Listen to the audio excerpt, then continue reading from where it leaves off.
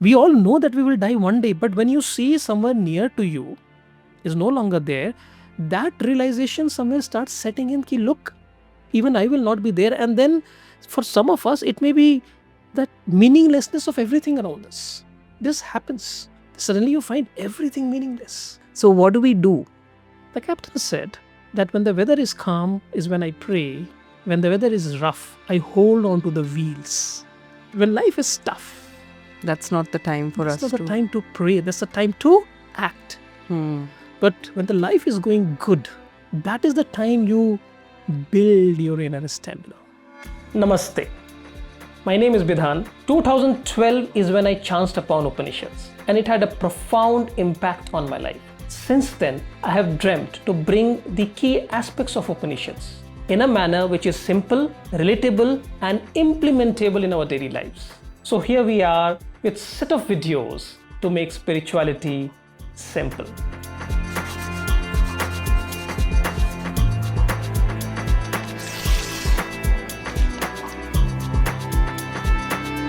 So, Vedanta, today I want to bring something very personal to the table, right?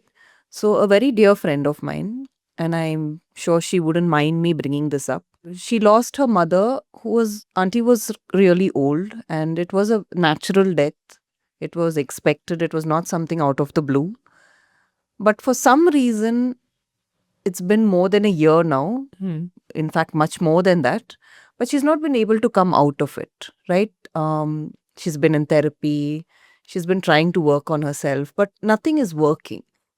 So, can you tell me why this is happening? And also, I think it's not just grief, it is something much more deeper.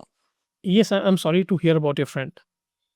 And it's right. It's in a lot of cases, we think it's generally grief, but it is more than grief. It's it's coming in face with impermanence. It's identity disintegration that happens. It's like that dot that you look at me like I'm supposed to know what you're talking about. But what is this identity Disintegration. disintegration? And also, you mentioned impermanence. All right. So, what do you mean by that? So we'll take one by one here. Our parents are the last witness to our childhood, right? Our parents are our last witness to our childhood. Yes, Right. absolutely. So they have seen us without any facades, without before we are successful, unsuccessful, before we have roles, before we have responsibilities, before we have created our own stories, our own identities, our own masks, Right. right? They have known us as who we truly were when we were children or we were a child. And when they go, the child in us also goes along with them. And it may not be only with respect to your parents, it can happen with the grandparents as well. Suppose you were very close to your grandparents and you spend a lot of your childhood with them. And when they go, that memories, the childhood, the witness they were to your childhood also goes along with them. And this is so subconscious that we don't even realize this is happening to us. It feels it's because we miss them. We love them so much, and if they are not there, we are missing them all the way. But for all you know, you are missing your child, your inner child, the childhood that has gone along with them. So, you're not only grieving the loss of your parent, but you're grieving the loss of your own childhood. Absolutely. Wow. But if that's the case, shouldn't it have always been like that? Like, I don't think it was so, um, you know, devastating much earlier. This has always been the case, right? Right. So then why now? What has changed now?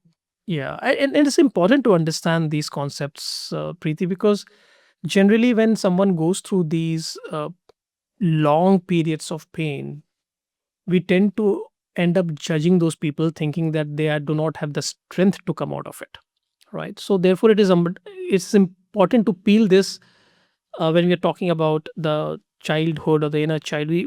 And yes, you're asking me why now. See, in earlier times, not for all of them, but for most of us, our parents were authority figures.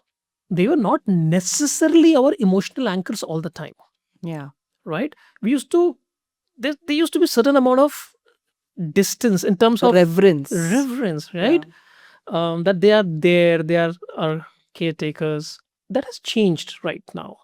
The parents say we have certain amount of emotional connect, a lot of emotional connect. I mean, when I'm saying emotional connect, we still seek a certain amount of adulation from them, even when we are grown adults, right? We want to be accepted, we want to be seen by them. Right. So they have become our emotional anchors. And at the simultaneously, our relationship with our siblings, our childhood friends who has actually seen us the way we were when we were children, have been slowly coming off.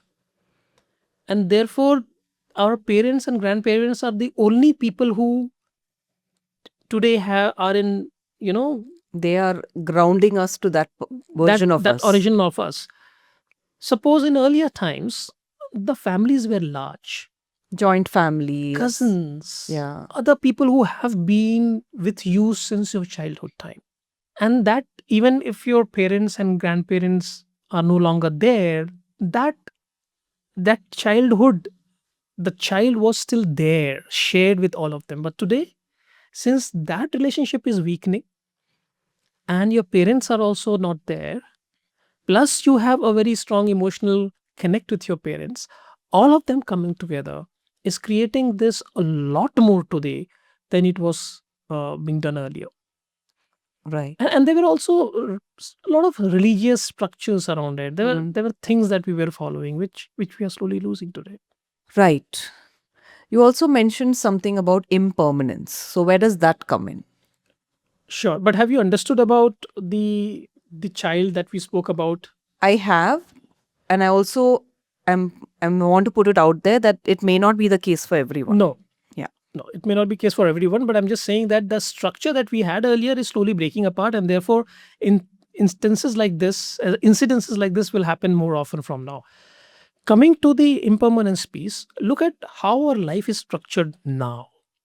See, everything seems to be instant, isn't it? I mean, you want to watch a movie, instant. You want to get into a relationship, you can do it right away. You want to do anything and everything. Everything is possible at the click of the button, isn't it? Right. Not only everything is instant, but everything is very predictable.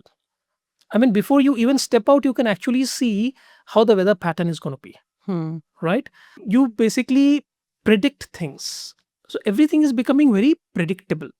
Like we are so used to having an order to different An order, things. right? So it's convenience and order, right? Now, that's how we are all conditioned. If you see that entire life is around avoiding any kind of chances, any kind of unpredictability, any kind of discomfort. Do you see what I'm saying? So that's how the life has been. Now imagine when you come across impermanence, when you see your parents are no longer there. Suddenly you are hit with that there is so much of medicine, there is so much of the ways we could have increased our lifespan, but ultimately my parent is no longer there. So at that point of time, you are suddenly hit with the impermanence right on your face that, okay, you can't stop the inevitability of death. See, earlier it is just a theory, but now it is happening Happen to you. and your ability to take that has reduced significantly because of the way we have been living our life, because our life is structured around predictability, about instant things, Right. right?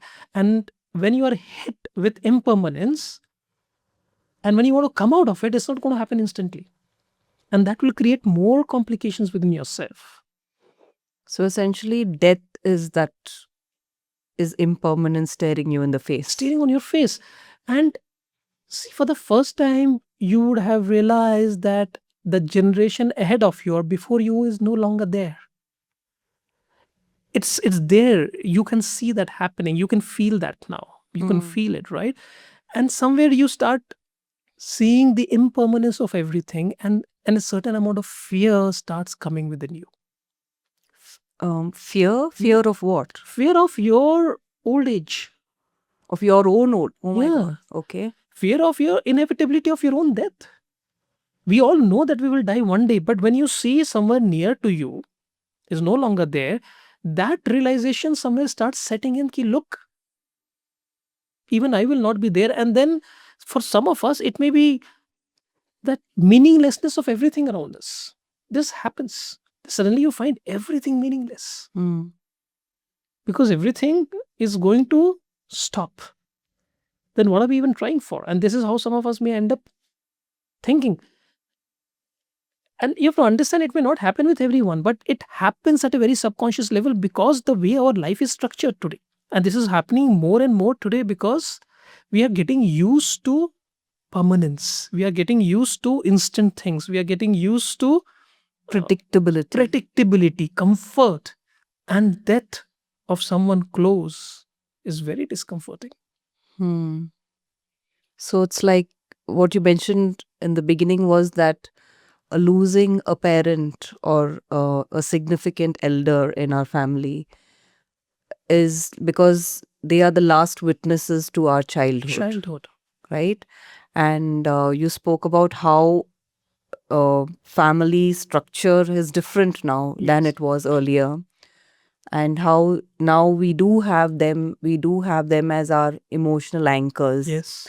And it could be one of the reasons why it is impacting us in a much more deeper way than it could have earlier. Right. And you just spoke about impermanence and how death is in fact the ultimate impermanence, where it stares you in the face saying nothing in life is permanent, and life is quite fragile if you think about it. Right. Wow. Okay. So okay, I understand what you're saying. uh I can see why, maybe that even if I go through something, that it could affect me in this way. So what do we do? Okay. One thing I wanted to also say here, that it can happen to anyone. Yeah, because I feel um you talk about death. We all know, like you just said, death is quite inevitable, right? But we only when it happens to us, then only Yeah. you get the actual impact of it. Yeah. And we don't know And whether we we are all ready for it or not. right. We always when talking about somebody else, it's still easier. Yes. Yes. But when it happens to you, unless you experience it, I think it's completely different, yes. right? So then I also remember this when we were in school, a friend of ours, a classmate of ours, she had lost her father. And for some reason, yes, we were upset about it, but it was thinking about how would I feel if I lose my father? Right. Right? We always try and put ourselves in that position. Yes. And that's what this is also about, right? Like if we don't understand the whole idea of death unless it actually personally happens It to personally us. happens. And the point I'm trying to say is that nobody can confidently say that I will not go through this. You may be very structured, you may be very much in here, but you really don't know how the subconscious mind is playing. How you will react to your child, your inner child suddenly disappearing. How will you react to the idea of impermanence? We don't know. And having your own mortality staring you in the face. On your face, and it's happens. And specifically for the kind of life that we are leading today, we are not seeing so many things. We are seeing life expectancy has increased quite substantially. Right. So yes, this is a challenge. And you're asking me what do we do about it. Yeah. Now we have at least tried to peel the layers and see why we could be feeling what we're feeling. Right. But now what? Now what can I do? I'll tell you a small story that will give you some sense, and it's becoming a little heavy right now. Okay. So there's a sailor, and he used to basically ferry people from one island to another. And that was, and definitely you have to go through some seas, some deep sea at that point of time. And the captain or the sailor used to always pray before he used to ferry people from one island to another. Sort of youngsters and others, they used to laugh at him, say the weather is so clear, it's so clean. What are you praying for? Why you're wasting our time? Let's go. And he did that. One of the days, the weather turned very white during when they were in the sea, and it felt any moment the ship will topple and the rescue cannot come. People were very scared and they all started praying. And one of them came and told this captain that, look, everybody's praying. Why aren't you praying right now? The captain said that when the weather is calm is when I pray. When the weather is rough, I hold on to the wheels. You see what I'm saying? Right. That when life is tough, That's not the time for that's us not the to. time to pray. That's the time to act. Hmm. But when the life is going good, that is the time you build your inner stamina Through different practices. through different practices. Wow. Yeah, I remember telling my students this quite recently, saying that you can't teach someone to swim when they're already drowning. No, It's the similar analogy what you E- just said. exactly. Yeah. Exactly. So the point here is that when your friend, I know from where you're coming, when your friend is going through this challenge at this juncture, no amount of advice will help. Yeah. You have to just be with her, allow her to go through this process. Because also remember, the pain is the biggest portal to change. A lot of changes happens not because proactively we wanted things to change. The changes happen because the pain is so immense that it breaks something within us and the light comes out from there. Hmm. But at the same time, we have to also ensure the person who is undergoing the pain should not slip more and more and more into the other issues. And therefore, being with that person is very helpful for that person. Listening, being around is very, very important. Rather than trying to ask them, why did you try this? Why did you do this? Why don't you go there? Why? I'm fine, you can do it. But at a fundamental level, you have to understand that person is going through an identity crisis. I was just thinking, what about, because I know that she also has a good support system. It's not that, that was the only relationship in her life. Right. She does have a support of her other family members, siblings, and her children, but still that has not been able to rescue her in any way. So the idea of trying to rescue is not is it can be limiting sometimes. That again, I'm coming to the same point. When we are staying in the world where things are so quick, we want us to come out of the issues very quickly. That adds additional pressure on ourselves, right? When we are going through these challenges, it may take time, and so be it. And we can't put a timeline You on. can't put a timeline to these things. As I said, that for all you know, the person is going through deep identity crisis. Something inside is breaking apart. You really don't know how the subconscious mind is processing this entire information, and it may take time, Hmm. right? So only thing that one has to do is to be with that person Right. and allow the transformation to happen. She will get transformed. She will certainly, this pain will change something inside her and she will come out. And when she comes out, her perspective towards life will change.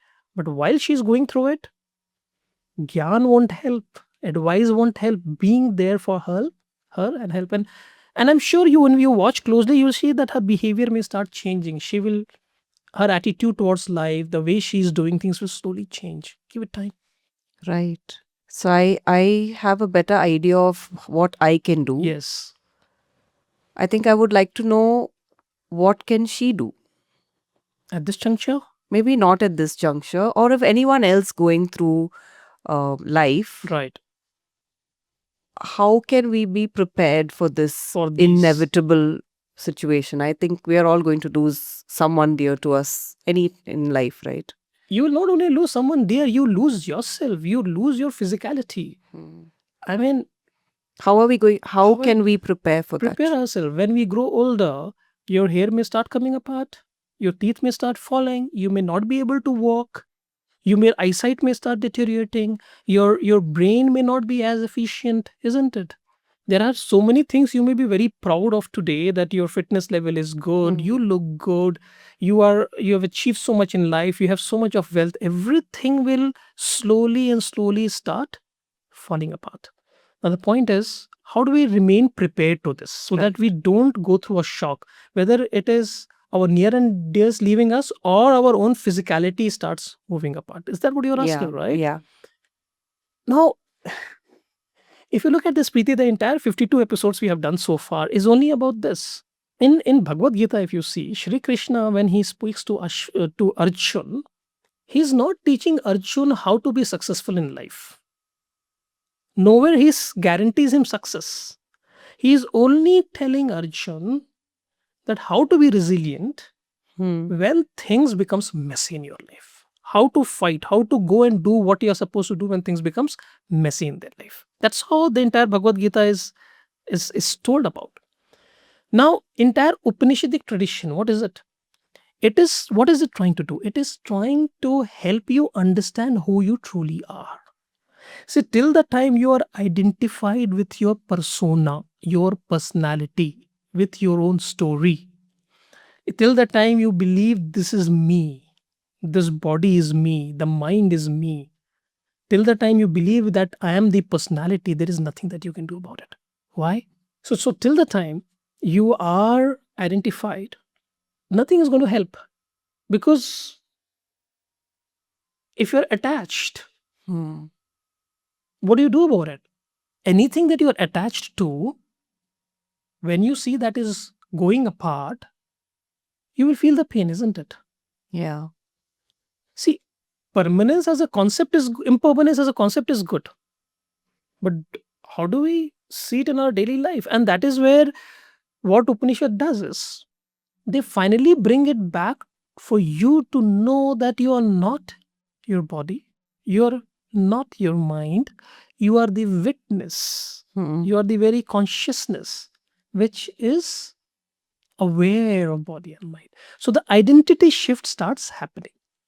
Once you start seeing yourself as the very awareness in which this body and mind exists, and this body and mind may ultimately cease to exist. When the Hmm. identity shift happens, then you're not scared. You see what I'm saying? Yeah, but that's a long journey. Yeah. Sometimes we don't ever get there. See, the point is, either we break our identity through knowledge, through certain systems, or the pain will break it. Hmm. It will be taken away. Ultimately, whatever we have accumulated, including the body, the mind, the relationships, everything will be taken away. Either we are prepared for that by knowing that none of this is me. I am just a witness to the entire process that is happening. Through that, you sort of allow things to flow while you're doing what best you can do. And if there is resistance, the pain Wins. wins, and the pain will allow. Ultimately, you will lose. There is no way you can hold on. So the only choice is you break the identity Yes. or the pain is going to break it. These are the only two ways. Either you break it proactively, you do your Shravanam, Mananam, Nididhyasanam, what we call, right? Practice it. May not only be Upanishad, there can be many ways, but break your identity. Stronger the identity, stronger the pain, Right. stronger the loss. The loss could be someone whom you know, or loss could be someone that you are identified with. Wow. I think conversation, yes, like you said, it was quite heavy, quite deep, but a lot to think about. Yeah. Yeah. I mean, if you really think about the friend that your friend is going through, you be with her, I'm sure her identity would be changing. Yeah. There will be things which will turn around, Where the pain eventually breaks it. will break it. And in the meanwhile, if you ask me very practical things that we should do, which may work, which may not work, is I mean, there were merit to some of the older systems which we had, where we were in touch with our cousins, where we were in touch with your siblings, where there was certain amount of knowing each other, being with each other. If that can be done, we should do it. So stronger relations all around, not not concentrated on any one No. particular region, but Yeah, that's very important. Also, the second, it sounds very counterintuitive, but let's not try and always have a life of too much of comfort. Go through certain discomfort, maybe pick up uh, some places that you go for 15 days where you don't speak to anyone, when you don't interact with people, where you are all with yourself. put yourself in situations that make you uncomfortable. A little bit, yeah, Okay, right. practical enough. Practical enough. I mean, move out from your family for a few days and see how you can live, because a lot of us cannot live without our family. We need to always be either here or there, or you want to be surrounded by people all the times. Maybe a little bit of recluse, a little bit of silence.